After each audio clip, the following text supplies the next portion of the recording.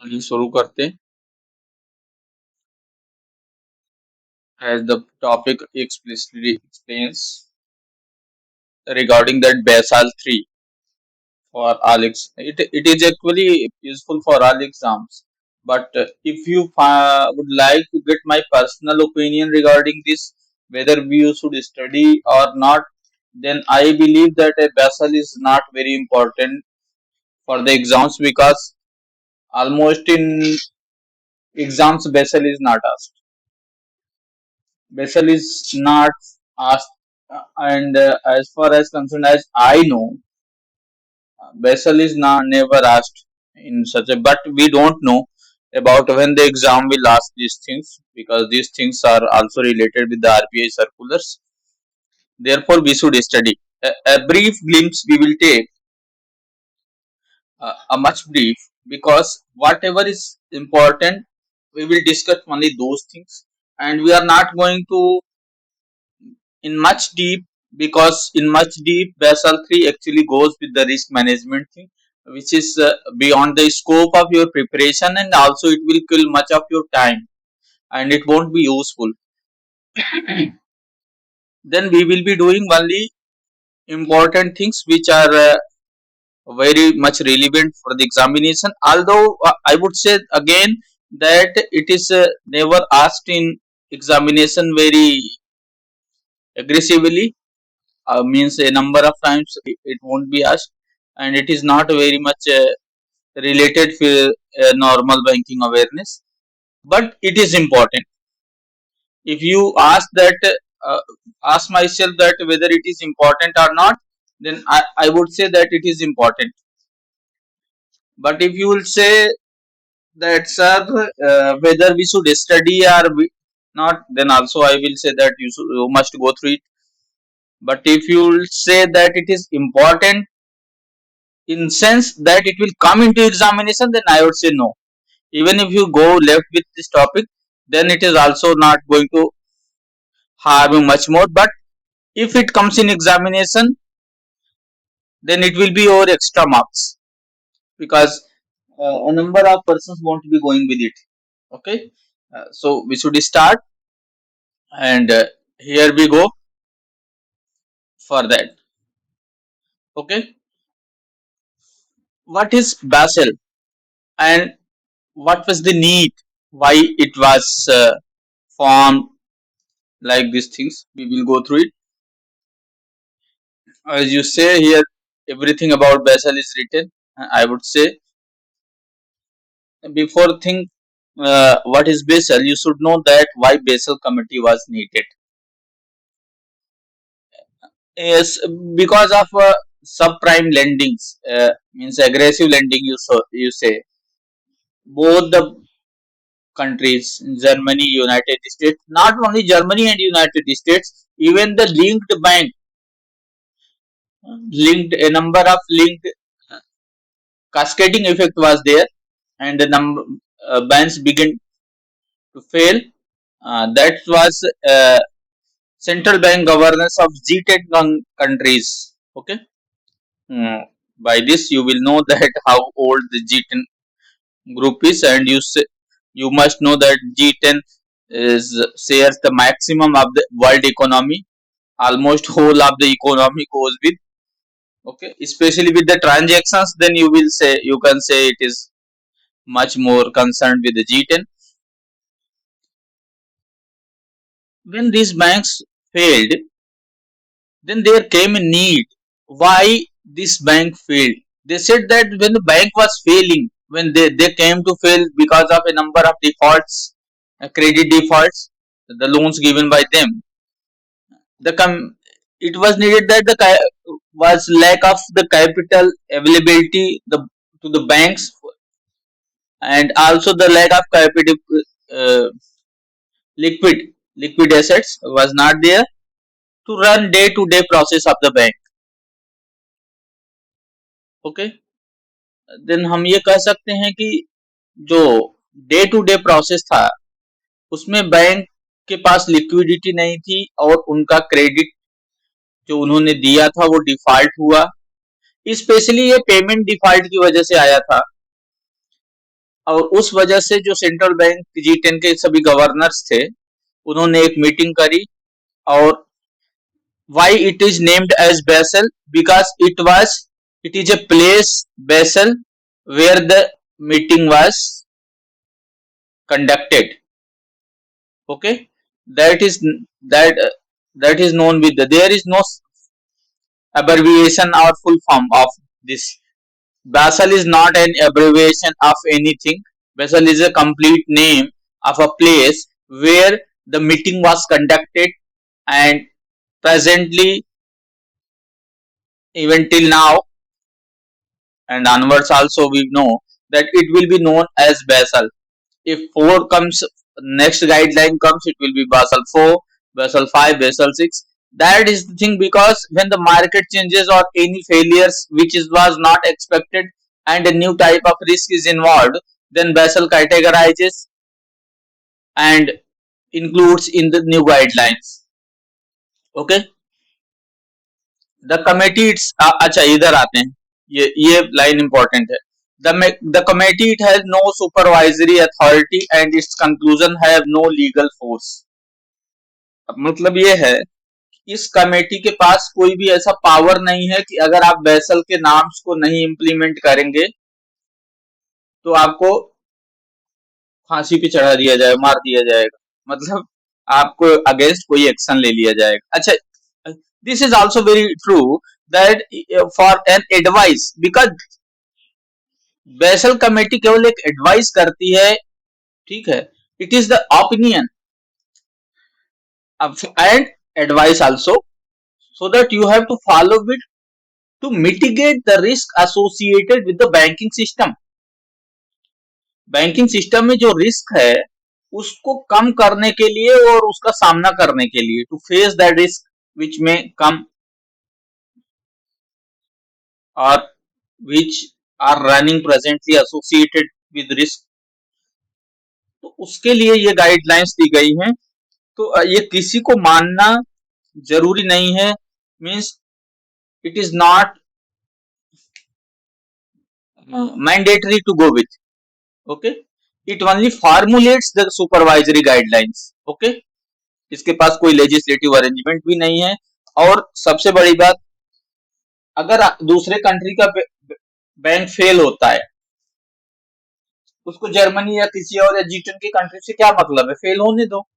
A number of banks failed, even India में कितने सारे बैंक फेल हुए हैं, तो वो इंडिया समझेगा, इंडिया के ऊपर टेंशन है, वो अभी मानना ना मानना तो उसके ऊपर है ना.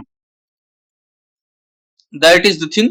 ओके, अच्छा अब आते हैं कि स्टार्ट कब हुआ. 1988 में बेसल कैपिटल अकॉर्ड आया. अकॉर्ड मीन समझौता, ठीक है, बेसल कैपिटल अकॉर्ड. बेसल वालों ने ये बताया कि भाई इस तरह से आपको करना है. अच्छा, जो पहले बेसल आया था वो केवल लिक्विडिटी रिस्क से था. लिक्विडिटी रिस्क समझ रहे हो, मतलब क्रेडिट रिस्क एक तरह से. क्यों क्रेडिट रिस्क पे था? क्योंकि जब बेसल की कमेटी बनी तो कोर पोर्शन जो था ना बेसल का, वो क्रेडिट डिफॉल्ट की वजह से ही वो क्राइसिस आई थी.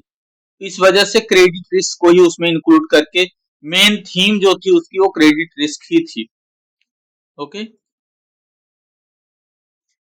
अब आते हैं, जब बेसल 1 आया था तो उन्होंने कैपिटल क्रेडिट रिस्क को 8% पे डिफाइन किया था, ठीक है. Overall the committee issued A proposal for revised capital adequacy framework. ये जब ये आया दोबारा रिवाइज होके 1999 में, ठीक है, तो रिवाइज्ड फ्रेमवर्क इन्होंने किया. अच्छा, अभी आगे आते हैं. Basal committee on banking supervision, BCBS, इसको कहते हैं BCBS, ठीक है. तो ये कमेटी किस तरह से है, इसका एक स्ट्रक्चर यहाँ पे है. आप इसको PDF पे डाउनलोड करके और इसको थोड़ा देख लीजिएगा, ठीक है. हाँ, एक चीज और इसमें बता देता हूँ, इसको आप पढ़े ना पढ़े कोई जरूरत नहीं है, ये आपके लिए इम्पोर्टेंट भी नहीं है, लेकिन अगर आप एक्स्ट्रा कोई नॉलेज लेना चाहते हैं, जानना चाहते हैं किस तरह से इसका क्या कमेटी का क्या सेटअप है, तो इसके लिए ये चीज है, आप इसको देख सकते हो. Even you it is up to you whether you go with this portion of the study material or not. Okay, it is not going to harm you anyway even if you don't go with this slide. Okay, the important thing starts here. Basel I guidelines. In 1988, BCBS came out with its recommendation for a set of minimum capital requirement for the banks. अच्छा, minimum capital requirements of bank का मतलब क्या है ना, bank का capital minimum कितना होगा ये नहीं है उसमें। कैपिटल तो बैंक के पास बहुत हो सकता है, ऑथराइज कैपिटल भी तो सभी बैंक्स का हजारों करोड़ में चल रहा है। That is not the thing. The thing is how much minimum capital against the risk is to be taken aside to overcome to face any unprecedented situation associated with the risk which may arise in future. Okay, तो 1988 में जो BCBS की guideline आई, Basel one की guideline आई, तो वो primarily credit risk थी। Credit risk पे क्यों थी? क्योंकि उस समय जर्मनी और यूएसए में मेनली, हालांकि इससे और एसोसिएटेड कंट्रीज भी थी जिनके बैंक्स पे मैटर आया था और वो रिस्क में थे, इसमें क्या फेल ही हो गए। तो वो क्रेडिट के डिफॉल्ट की वजह से आया। इस वजह से बेसल वन ने सोचा कि क्रेडिट की प्रॉब्लम है, the problem is mainly associated with the risk due to credit defaults. Okay, that's why it was associated with the credit risk. Okay, लेकिन बाद में क्या हुआ, फाइनेंशियल मार्केट्स भी फेल हुए। ठीक है, market for credit derivative securitization grow rapidly. कब? 88-98 के बीच में सिक्योरिटाइजेशंस का कॉन्सेप्ट बहुत ग्रो किया, पुअर लोन को पूलिंग भी बहुत की गई। तो उस वजह से फिर मार्केट में जो अनसर्टेनिटी थी, क्योंकि मार्केट में रिस्क सेंसिटिविटी इतनी ज्यादा हो गई कि वो मार्केट ही कोलैप्स कर गया, क्योंकि जिन लोगों ने अपनी फाइनेंशियल डिसीजन इस रिस्क पीरियड में लिए थे, ठीक है, अच्छा, सब प्राइम लेंडिंग के वजह से क्या हुआ, 8% कैपिटल रख के आप सब लोन देते जाओ, अगर वो लोन डिफॉल्ट हो गया then also it will create a problem. Further market uncertainty, credit derivatives जो थे उनमें उनके साथ जो रिस्क एसोसिएटेड और डिफॉल्ट हुआ, उसकी वजह से बेसल को ये लगा कि एक ही रिस्क केवल क्रेडिट रिस्क नहीं है, there is not only one risk. Why? Because you can not say it may be possible that credit risk is associated with the banks, but there are a number of risks in economy which may hamper the functioning of banks financial activities, which may cause the collapse of markets, the collapse of economic activity, and further they damage the economic growth of a country and also the worldwide. Okay, तो क्या हुआ उसके बाद, जब market में ये collapse आया तो जो बेसल की गाइडलाइन दूसरी आई रिवाइज, वो 1996 में आई। क्यों? ओके, वो मार्केट ग्रोथ और सिक्योरिटाइजेशन जो इतने ज्यादा हुए, उनसे उन्हें पता चल गया कि ये भी एक बहुत ज्यादा रिस्क है जो मार्केट फ्लक्चुएशन का है, उसको हमने नहीं देखा है, क्योंकि मार्केट फ्लक्चुएट होने से भी मैटर गड़बड़ हो सकता है, प्रॉब्लम्स एसोसिएटेड अराइज हो सकती हैं जिनको हमने एड्रेस नहीं किया है। इस वजह से बेसल 2 में मार्केट रिस्क इंक्लूड किया गया। फर्दर इसी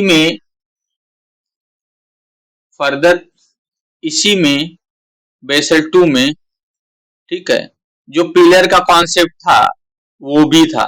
ठीक है, minimum capital requirement, supervisory review process, ठीक है, मार्केट का डिसिप्लिन, ये सब चीजें जो थी वो भी इसमें इंक्लूड की गई थी। लेकिन ऑपरेशनल रिस्क था, उसको एड्रेस नहीं किया था बेसल 2 ने। ऑपरेशनल रिस्क क्या होता है? आपके डे टू डे ऑपरेशन में जो इम्प्लाई गड़बड़ कर सकता है, मतलब आपके ऑपरेशंस में जो फेलियर हो सकता है, ठीक है, आग लग जाए, ठीक है, या आपका सर्वर हैक हो जाए, पूरा डेटा क्रश हो जाए, ठीक है, हार्ड डिस्क फेल हो जाए, दैट ऑपरेशनल रिस्क। कुछ भी ऑपरेशन से रिलेटेड जो रिस्क है वो ऑपरेशनल रिस्क है, ठीक है। इसकी वजह से जो रिस्क अराइज होता है due to operations, that is called as operational risk, operational risk. अच्छा, ये क्वेश्चन आ सकता है, which of the following risk was not introduced और not addressed under Basel two guidelines, that was operational risk. Further, if the question ask in which Basel three pillars were introduced, the Basel 2 introduced the three pillars. Also, in Basel 3 was also there three pillars. Okay, risk is different thing, and the pillars of the Basel are different thing. You must know this. Next, we will go through it. That is Basel 3. The Basel III capital regulations are being implemented in India with effect from April 2013. अप्रैल 2013 से basal 3 implement किया गया है और basal 3 अभी implement हो चुका है fully. Capital conservation buffer का कुछ पोर्शन था, शायद if I remind 0.6 to 5% was remaining, due to Covid ये एक्सटेंड किया गया था, लेकिन अभी ये भी आरबीआई के गाइडलाइंस के हिसाब से, as per RBI guidelines, all banks also covered their capital conservation buffer target also. इसमें लिखा हुआ है, आप देख लो, refer discussion of RBI circular shared in group, ठीक है। इस पे मैंने बेसल के इम्प्लीमेंटेशन पे आरबीआई के मास्टर सर्कुलर का जो डिस्कशन शेयर किया हुआ है, आप उसको देखिए, उसमें कंप्लीट मैंने बताया हुआ है कब से और कब तक ये चला है, कब लग गया है, ठीक है। हाँ, ये पूछा जा सकता है कि फ्रॉम व्हेन, मतलब from which date that capital Basel capital regulations were implemented, so that is April 2013. Okay, that is April 2013. This is this. Further, capital adequacy mainly consists of capital adequacy ratio किसके mainly कौन कौन से हैं, तो यही दो ही tier होती हैं, टीयर 1 और टीयर 2। टीयर 1 को बोलते हैं गोइंग कंसर्न कैपिटल, मतलब अगर बैंक या कोई फाइनेंशियल इंस्टीट्यूशन चल रहा है, ठीक है, अगर कोई बैंक या फाइनेंशियल इंस्टीट्यूशन चल रहा है तो उसका कितना होगा, ठीक, तो उसको कैसे कैपिटल मेंटेन करना है। Tier 2 capital risk weight asset का कितना परसेंट टीयर 2 में रखना है, क्यों? अच्छा, टीयर 1 कैपिटल वो होता है जो सबसे पहले शॉक एब्जॉर्व करता है बैंकिंग सिस्टम का। कोई भी बैंक का क्रेडिट लिक्विडिटी प्रॉब्लम या फेलियर आता है तो सबसे पहले टीयर 1 का कैपिटल उस लॉस को एब्जॉर्व करने के लिए निकाला जाता है। अगर वो भी फेल हो गया तो बैंक को कहते हैं टीयर 2 को गॉन कंसर्न। गॉन मतलब चला गया, चला गया मतलब बैंक खत्म हो गया, ठीक है, मतलब बैंक फेल हो गया। फेल होने के बाद टीयर 2 कैपिटल में आता है।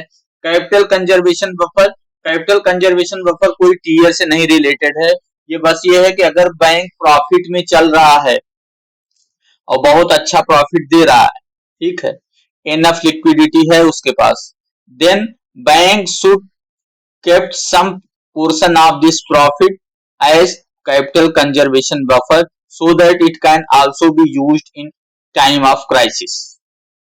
Okay, हाँ, आते हैं। अच्छा, ये चीज देखो, ये ज्यादा इंपॉर्टेंट, ये किसी को जल्दी समझ में नहीं आती, सोलो लेवल और ये जो लिखा हुआ होता है ग्रुप लेवल, ठीक है। कहीं अगर ये क्वेश्चन आ गया, the capital adequacy required to be maintain by the banks is at solo level और एज ग्रुप लेवल, तो चलो याद कर लोगे तो ठीक है कि सोलो लेवल और ग्रुप लेवल दोनों पे इसको मेंटेन करना है। But what will be the next, अगला क्या होगा कि समझ में नहीं आएगा तुम्हें सोलो लेवल क्या है, ठीक, मैं समझाता हूँ सोलो लेवल क्या है।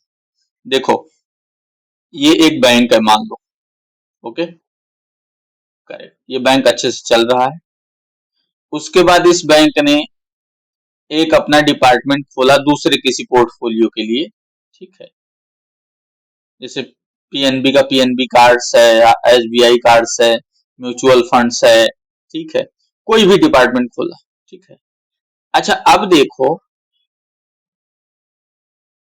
क्या हुआ। अगर कैपिटल एडिक्वेसी हम मान रहे हैं 9% है, तो 100 रुपीज में से 9 रुपीज इसने रख लिया। लेकिन ये बताओ, बैंक ने अपने लिए तो 100 रुपए के लिए कैपिटल रख लिया, लेकिन अगर ये फेल हुआ तो, if what if this fails, तो इसी को कहते हैं सोलो लेवल। मतलब अपने लिए तो कैपिटल रखना ही है, ग्रुप लेवल मतलब इन दोनों के लिए अगर 9% इसको भी रिक्वायर्ड है और 9% इसको भी रिक्वायर्ड है, तो टोटल इसको 18% मेंटेन करना पड़ेगा। सेकंड, एट इंडिविजुअल लेवल, अभी ऐसा ये नहीं है कि ये वाला बैंक 13% रख कर दे और इसको बोले तुम केवल 5% रखो। नो, ये कैपिटल इंफ्यूजन करके पैसा दे सकता है, बट मेंटेन इसको 9% ही करना पड़ेगा। ओके, इसी को कहते हैं सोलो लेवल और ग्रुप लेवल। सोलो लेवल मतलब अलग से बैंक को खुद भी रखना है, ग्रुप लेवल में एसोसिएटेड कंसर्न्स जो है उनका टोटल कैपिटल बेस भी एज पर गाइडलाइंस होना चाहिए। Okay, what is the solo level? Solo level means the bank has to maintain at individual level as specified by the RBI, not only the capital adequacy ratio, but if it is applicable for capital conservation buffer, ठीक है, or any other things if it is applicable, then bank at the bank level. Further, if there is any sister concern, associated concern, then also the bank has to be maintained as a whole the overall capital adequacy ratio as required. Okay, चलो, the risk factor क्या, अच्छा basal 3 guidelines कब आई थी? 2013। अभी इधर ऊपर आपने पढ़ा भी है, ठीक है, अभी ऊपर आपने पढ़ा है। अब रिस्क फैक्टर्स इंक्लूड, ये इंडिया की बात हो रही है, the risk factors include credit risk. अच्छा, क्रेडिट रिस्क क्या होता है? क्रेडिट का मतलब उधार देना, ठीक है। जो पैसा बंदा उधार लिया हुआ है, the one in the risk of credit default, default in payment, किसी भी तरह का payment default in payment is the credit risk, risk associated with the default in EMI. Okay, market risk क्या है? Due to adverse market situations, हो सकता है everything सही चल रहा हो, बट मार्केट में ही इतना उथल पुथल हो। चलो मान लो कहीं बैंक ने 10,000 करोड़ का इन्वेस्ट किया, ठीक है, 10,000 करोड़ का बैंक ने इन्वेस्ट किया और उस शेयर की वैल्यू थी 50 रुपया। कहीं से मार्केट में कोई फ्लक्चुएशन आया और कोई न्यूज पता चला और इस शेयर की वैल्यू हो गई 1 रुपया। अभी बैंक तो गया ना, बैंक गया, अब अगर बैंक गया तो आपका पैसा गया। तो सबसे पहले टीयर 1 कैपिटल गया, अगर बच गया बैंक तो टीयर 2 बचा रहेगा, नहीं तो वो भी गया, फिर बैंक साफ हो गया। या किसी को सरकार बोलेगी बेच लो, खरीद लो, एसबीआई पैसा देगा। अभी यस बैंक वाला देखे थे आप, एसबीआई ने उसको पैसा डाला, ठीक है।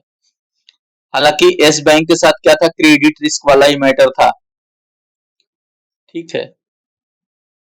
अच्छा, तीसरा क्या है? Operational risk. अच्छा, ऑपरेशनल रिस्क क्या है कि जो ऑपरेशंस हो रहे हैं डे टू डे, उसमें एरर की वजह से आपको कितना लॉस और वो हो सकता है, इसके लिए ऑपरेशनल रिस्क बनाया गया है, ठीक है। तो आपको समझ में आ गया है कौन कौन से रिस्क होते हैं। अच्छा, 3 पिलर्स कौन से हैं? मिनिमम कैपिटल रिक्वायरमेंट, मतलब किसी बैंक को अपने पूरे रिस्क वेट एसेट्स का, रिस्क वेट एसेट का मतलब क्या होता है? हर एसेट, जैसे हाउसिंग लोन है, ठीक है, एजुकेशन लोन है, अनसिक्योर्ड लोन है, एनपीएस है, ठीक है, इन सब का एक रिस्क वेट होता है। उस रिस्क वेट का एज ए परसेंटेज आपको मिनिमम कैपिटल चाहिए होता है, उसको आपको मेंटेन करना है। जैसे आपका रिस्क वेट 100 रुपया है और कैपिटल एडिक्वेसी अगर 9.5% है, तो हर 100 रुपए के लोन के रिस्क वेट के लिए आपको 9.5 रुपए आपको अपने पास खुद का कैपिटल रखना पड़ेगा, ठीक है, वो चाहे जहां से रखो, या तो गवर्नमेंट का बैंक है तो गवर्नमेंट फंडिंग करती है ना, कैपिटल इन्फ्यूजन, तो वो सब इसीलिए होता है। अभी आईओबी में क्या हुआ, जितना भी गवर्नमेंट ने फंडिंग दिया था मोस्ट ऑफ उसने प्रोविजनिंग में करके अभी उसका बहुत अच्छा पोजीशन हो गया है। अब अभी रिजल्ट आया उसका, देखो बैंक का रिजल्ट विजल्ट आप लोग देखा करो, उसका बैलेंस शीट देखा करो, आपको समझ में आएगा चीजें। Net interest margin, gross NPA कितना रहा बैंक का, नेट एनपीए कितना रहा, प्रोविजनिंग कितना है, कैपिटल एडिक्वेसी रेशियो कितना है। If you will see, then only you will understand through. It is not something a formula that you will learn everything. And if, even if you will try, you will never learn it. Okay? हाँ, first minimum का market discipline क्या होता है, दूसरा pillar है। The second pillar we will go market discipline. Market discipline ये है कि जो मार्केट में चल रहा है, क्या, डिस्क्लोजर्स। मार्केट डिसिप्लिन ये है कि जो मार्केट में रिक्वायर्ड इंफॉर्मेशन है आप उसको विदाउट एनी बायस उसको डिस्क्लोज करें, उसको बताएं। ठीक है, कोई भी चीज छुपाना नहीं है आपका। ठीक है, मतलब क्वार्टरली अगर रिजल्ट डिक्लेयर होता है एवरी कंपनी का, तो कोई भी कंपनी क्या है क्वार्टरली रिजल्ट डिक्लेयर ना करे ऐसा नहीं हो सकता, उसको करना पड़ेगा। ये गाइडलाइन है, हर बैंक को अपना क्वार्टरली रिजल्ट शो करना ही है। ऐसा नहीं है कि इस क्वार्टर में लॉस में जा रहा है तो वो शो ही ना करे, दिखाई ना करे, हम बैलेंस शीट ही नहीं बनाए हैं, तुम देख लो जो कर देखना है। ओके, इस तरह से नहीं कर सकते। दूसरा, अब तीसरा आते हैं सुपरवाइजरी रिव्यू प्रोसेस। अच्छा, सुपरवाइजरी रिव्यू प्रोसेस जो लोग बैंक में स्पेशली पीएसबी में है वो देखते होंगे। ठीक है, वो देखते होंगे, इनके यहाँ अक्सर इंस्पेक्शन चलता है, हालांकि इंस्पेक्शन तो प्राइवेट बैंक में भी चलता रहता है, लेकिन पीएसबी में थोड़ा प्रॉब्लमेटिक होता है इंस्पेक्शन।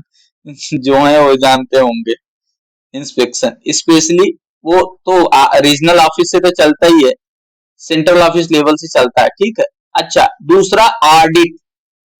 ऑडिट जो आता है हर क्लोजर के बाद, कुछ जो ब्रांच ऑडिटेड होती हैं वहां पर अलग से सीए आते हैं, वो बाहर, वो पूरा आपका देखते हैं कि ब्रांच ने किसी एनपीए को सही तो नहीं कर दिया है कंप्यूटर में, क्योंकि कंप्यूटर को थोड़ी पता क्या है, आप वहां पर उसको जाके वो एनपीए अकाउंट मार्क है सब स्टैंडर्ड, उसको चेक कर, चेंज कर दो उसका स्टेटस, एक एंटर करो एक वेरीफाई करो, बस हो गया, तो आपका बैलेंस शीट तो क्लियर हो गया। लेकिन ये पकड़ेगा कौन, ऑडिटर। इसी को कहते हैं सुपरवाइजरी रिव्यू प्रोसेस। अच्छा, ये क्या होता है, इसी में आपको मिलती है एमओसी, जो लोग जानते होंगे मेमोरेंडम ऑफ चेंजेस। अगर एमओसी मिल गया मतलब बात खत्म है। ये अच्छा भी हो सकता है, ऐसा एक हो सकता है कि कोई अकाउंट गलती से एनपीए डिक्लेयर हो और वो सच में स्टैंडर्ड हो, तो आपके लिए बेनिफिट है। मोस्टली ऐसा होता नहीं, मोस्टली क्या है कि एनपीए ही पकड़ में आते हैं या फ्रॉड अकाउंट्स पकड़ में आते हैं। ठीक है, तो इसको कहते हैं सुपरवाइजरी रिव्यू प्रोसेस, मतलब audit, inspection, review, supervisory review होना चाहिए आपकी चीजों का कि आपने सही से वो चीजें डिक्लेयर की हैं कि नहीं की हैं, धोखा तो नहीं दे रहे हो। That is the thing. Okay, now we will go through capital conservation buffer. ये अभी ऊपर हमने फिर से बताया, फिर से बता दे रहा हूं।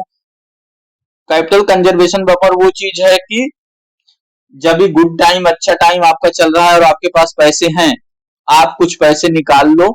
जैसे अगर आपका कॉमन इक्विटी टीयर 1 कैपिटल 100 रुपया है, ठीक है, अगर सीईटी आपका 100 रुपया है, मान लो सीईटी आपका 100 रुपीज है, आपको इसमें इसका 2.5% कितना हो गया, 2.5, इतना रुपया आपको अलग से सीसीबी रखना पड़ेगा। कैपिटल कंजर्वेशन बफर मतलब आप उससे निकाल सकते हो पैसे। ठीक, अभी नेक्स्ट चलते हैं। नेक्स्ट आ गया counter cyclical capital conservation buffer. ये भी एक तरह से यही है। ठीक है, दोनों सेम ही है। ये भी कहा कि 2.5% और रख लो अगर ज्यादा प्रॉफिट है। ठीक है, अच्छा, एक चीज और है कि ये चीजें सभी बैंकों पे लागू नहीं है। कैपिटल मतलब डिफाइंड है किसको कितना रखना है। अगर सिस्टमेटिकली इंपॉर्टेंट बैंक है तो उनके लिए ज्यादा स्ट्रिक्ट गाइडलाइंस हैं। ठीक है, systematically important banks, systematically important NBFC, ये दोनों पूछा गया एग्जाम में पहले भी और आगे भी पूछा जाएगा।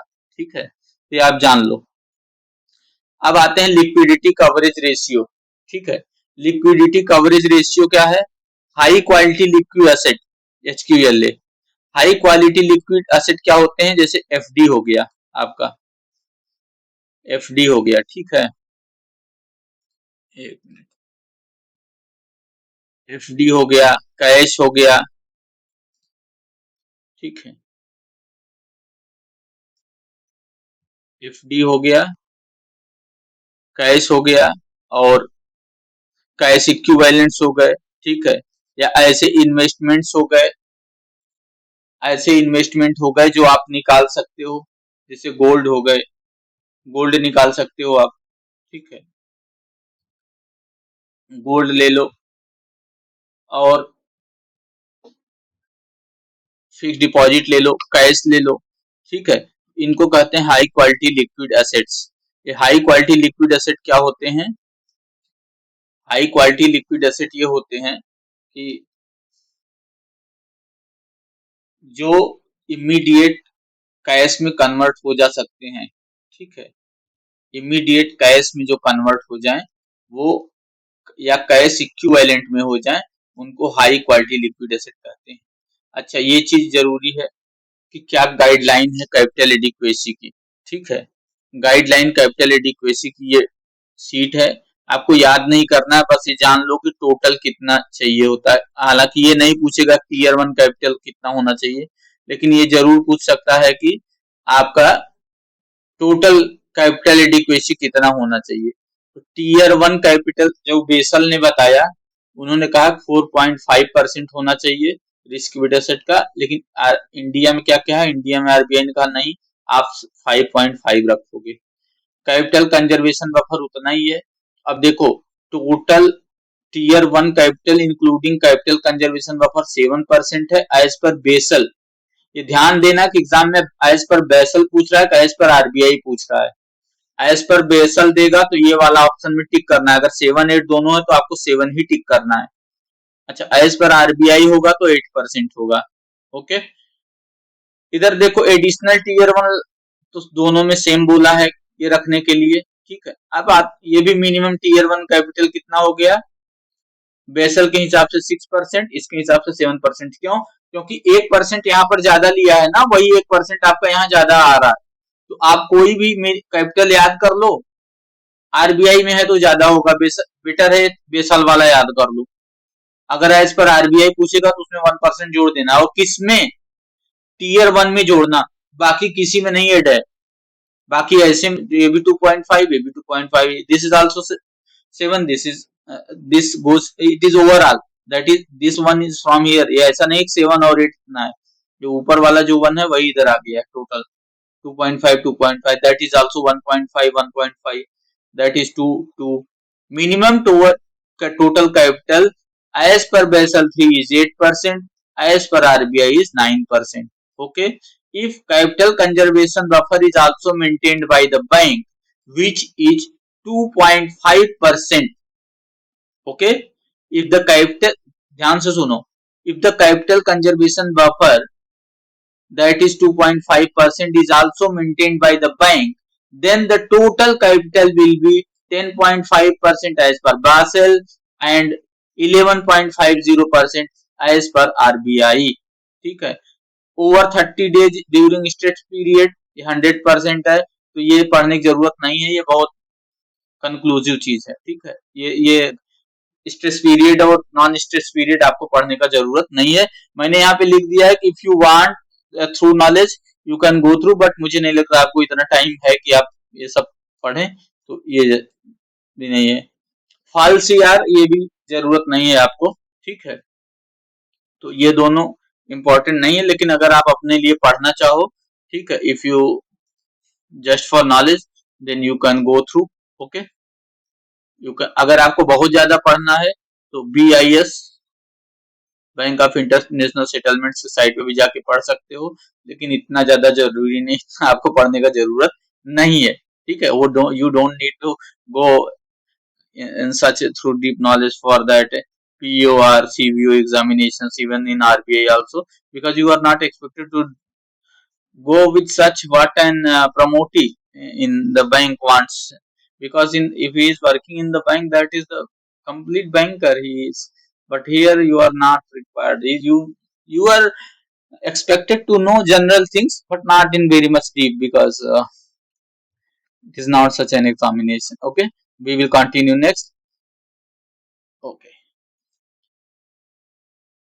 next our questions we will discuss. When was the Basel III guidelines were issued in India? अभी आपने ऊपर पढ़ा हुआ है, ठीक है। इंडिया में कब इशू हुआ था बेसल थ्री गाइडलाइंस?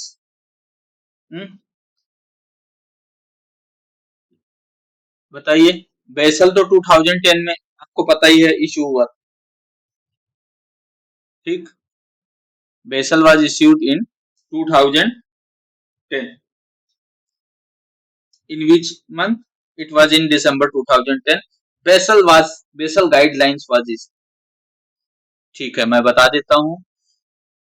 दिसंबर 2010 में बेसल गाइडलाइंस इशू हुई थी, ठीक। उसके 3 इयर्स आफ्टर आप बोल सकते हो, एग्जैक्टली 3 इयर्स तो नहीं है, बट ईयर वाइज आप बोल सकते हो। 10 के बाद 13 में, ठीक है, 2013। कौन सा? अप्रैल 2000, मेनली अपने यहाँ अप्रैल से सब काम चालू हो जाता है, ऐसा मास्टर सर्कुलर वाली चीजें। तो 2013 से इंडिया में स्टार्ट हुआ है। दिसंबर 2010 बेसल गाइडलाइन। अब क्या पूछ रहा है? बेसल गाइडलाइंस कब इशू हुई थी इन इंडिया? इंडिया में 2013। अगर ये पूछता, ये इंडिया नहीं होता यहाँ पे, when Basel guidelines were issued, it is December 2010। Okay, चलो आगे आते हैं। How much fine can BCBF में impose for not adhering Basel guidelines? ये अभी वीडियो में एकदम स्टार्ट में ही मैं बोला हूँ, ये कोई रेगुलेटरी और स्टैट्यूटरी बॉडी नहीं है जिसके अंडर में कोई आता है। 0 रुपया। इवन तुम बीसीबीएस वाले को फोन करके धमका भी सकते हो, हम नहीं करेंगे। नहीं करोगे, मत करो, बैंक तो आपका फेल होगा ना, ठीक है। तो कोई भी फाइन कुछ नहीं कर सकता बीसीबीएस, आप अपने यहाँ बेसल गाइडलाइन लगाओ या नहीं लगाओ, ठीक है। Who is the regulatory body of basal committee and BCBS? कोई नहीं, नो वन। ये एक अपनी खुद की बॉडी है बेसल बीसीबीएस, उसके उसे कोई रेगुलेट नहीं करता है। Okay, no one. World bank और ऐसा ऑप्शन में दे तो टिक मत कर देना, ठीक है। Now as per Basel 3 implementation in India, minimum tier 1 capital must be what percent of risk weight assets? ठीक है, मिनिमम टीयर 1 इन इंडिया कितना है? अभी मैंने उधर बताया है, अगर आपको समझ में आ रहा है तो आप अपना आंसर लिख लो और मुझसे मैच कर लो, ठीक है। 7%। अच्छा, अगर minimum tier 1 capital world wise as per Basel पूछेगा तो ये 6% ही होगा, ठीक है। अच्छा, मिनिमम टीयर 1 में क्या है कि एडिशनल टीयर 1 भी इंक्लूडेड है, ठीक है। क्यों? क्योंकि मिनिमम टीयर 1 एक्चुअली तो क्या है ना, 4.5% और 5.5%। इसमें 1.5% आप दोनों में ऐड करोगे तो ये हो जाएगा 6% और ये हो जाएगा 7%। ये इंडिया का गाइडलाइन है, इस वजह से 7% हो गया, ठीक है। अगर इसमें ये लिख दिया जाए क्या कि एक्सक्लूडिंग एडिशनल टीयर 1, तो 5.5% आंसर हो जाएगा, ठीक है। Net stable funding ratio under Basel 3 was implemented in India 2018, ठीक है। 2018 तक सभी बैंकों को नेट स्टेबल फंडिंग रेशियो अपना प्राप्त कर लेना था एज पर आरबीआई। ओके, चलो, नेट स्टेबल फंडिंग रेशियो क्या है ये एक डिटेल्स में बना देता हूँ, ग्रुप में डाल देता हूँ सबके लिए, ठीक है। क्योंकि इसके साथ नेट स्टेबल फंडिंग रेशियो के साथ मुझे सीआरआर, एसएलआर और थोड़ा सा बैंकिंग रेगुलेशन वाला भी बताना है, ओके। क्योंकि इसमें वीडियो लंबा हो जाएगा, नेट स्टेबल पूरा डिस्कस करेंगे तो एनएसएफआर याद रखो, ठीक। What is a rated exposure and which domestic credit agency developed by approved by RBI? Okay, for the purpose of credit rating to determine risk weight of rated. Rated exposure वो होता है जिस bond या किस चीज में आप invest कर रहे हो उनकी रेटिंग अगर है, जैसे आप सुने होंगे ना, ए, बी, ए, बी प्लस प्लस, ए प्लस प्लस प्लस, ये सब है, इनको कहते हैं rated exposure. Okay, rated exposure के लिए आरबीआई ने कहा है उनका रिस्क वेट डिसाइड कौन करेगा? डोमेस्टिक बोला है, बहुत सारी सबको दिया है वो। आप सोचो कि लगभग जितनी भी क्रेडिट रेटिंग एजेंसी है ना, मतलब विद रिप्यूट, उन सबको बोला है कोई भी रेटिंग कर सकता है। लेकिन इस क्वेश्चन में क्या पूछा है, आप ये देखो, इस क्वेश्चन में पूछा है डोमेस्टिक, तो डोमेस्टिक मेरा big first care. Okay, with respect with reference to Basel 3, what is credit risk? अभी मैंने बताया आपको ऊपर, क्रेडिट रिस्क क्या है? Default in payment. कोई भी बंदा अपना ड्यू डेट पे अगर पेमेंट नहीं कर सकता है, क्या चांसेस हैं उसके डिफॉल्ट करने के, वो क्रेडिट रिस्क है। इसी के साथ आपका ये एक्सप्लेन खत्म हो गया। ये क्रेडिट रिस्क हमने पीछे एक और ये डाल रखा, ये देखो, आप क्रेडिट रिस्क इससे पढ़ सकते हो। कोई बहुत ज्यादा पढ़ने की जरूरत नहीं है, जितना मैं बता रहा हूँ ना। क्रेडिट रिस्क क्या है? ओके, ये फाइनेंशियल रिस्क है। यस, यस, ये फाइनेंशियल रिस्क है। क्यों? क्योंकि इसमें फाइनेंस एसोसिएटेड है, रीपेमेंट नहीं आ रहा है बैंक के पास, ठीक है, तो उसको कहते हैं credit risk. The chances of default, the risk associated. अच्छा, जरूरी नहीं पेमेंट ना करे। एक केस और हो सकता है क्रेडिट रिस्क का, कि आपने लोन दिया एक बस को, वो बस बस खरीदने के लिए, वो बस खड़ी थी और वो पूरा बस जल गई, तार गिरा, ठीक है। अब उस, मान लो 20 लाख का लोन था, और अब इस बैंक को बेचने गए तो इसका 2 लाख रुपया मिल रहा है, तो इसके क्रेडिट वैल्यू में डिटोरिएशन, क्रेडिट क्वालिटी में जो कमी आ गई, डिटोरिएट हो गई उसकी वैल्यू, इसको भी कहते हैं क्रेडिट रिस्क। ओके, ठीक है, अच्छे से तैयारी करो सब लोग, सबका अच्छे से सिलेक्शन हो। हाँ, और एक काम आप लोग कर सकते हो, इस ग्रुप को थोड़ा बड़ा करो, so that I feel encouraged. Okay, because holiday पूरा मेरा इसी में जाता है, ठीक है, और मैं टाइपिस्ट भी नहीं हूँ। हाँ, टाइपिंग थोड़ा ठीक है, बट टाइपिस्ट नहीं हूँ, तो उसे मुझे बहुत मेहनत लगता है हर चीजों को टाइप करना, वो करना, ठीक है, कंपाइल करना। सेकंड, केवल पीडीएफ से कुछ काम नहीं होता। आप अगर आप वीडियो देख रहे हो तो आपको समझ में आता है कितनी चीजें इसमें एक्सप्लेन की जाती हैं, तो you must see the video. Okay, and share it, subscribe it.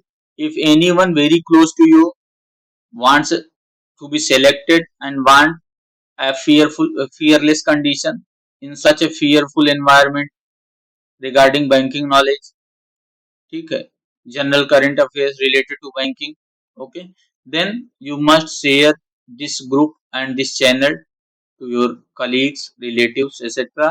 That is the only my request, and all the best for your preparation. Okay, thank you. Myself Ambarish Shukla. Okay, my full name is this, and okay, you do your best. God is with you, and I am also with you. Okay, thank you.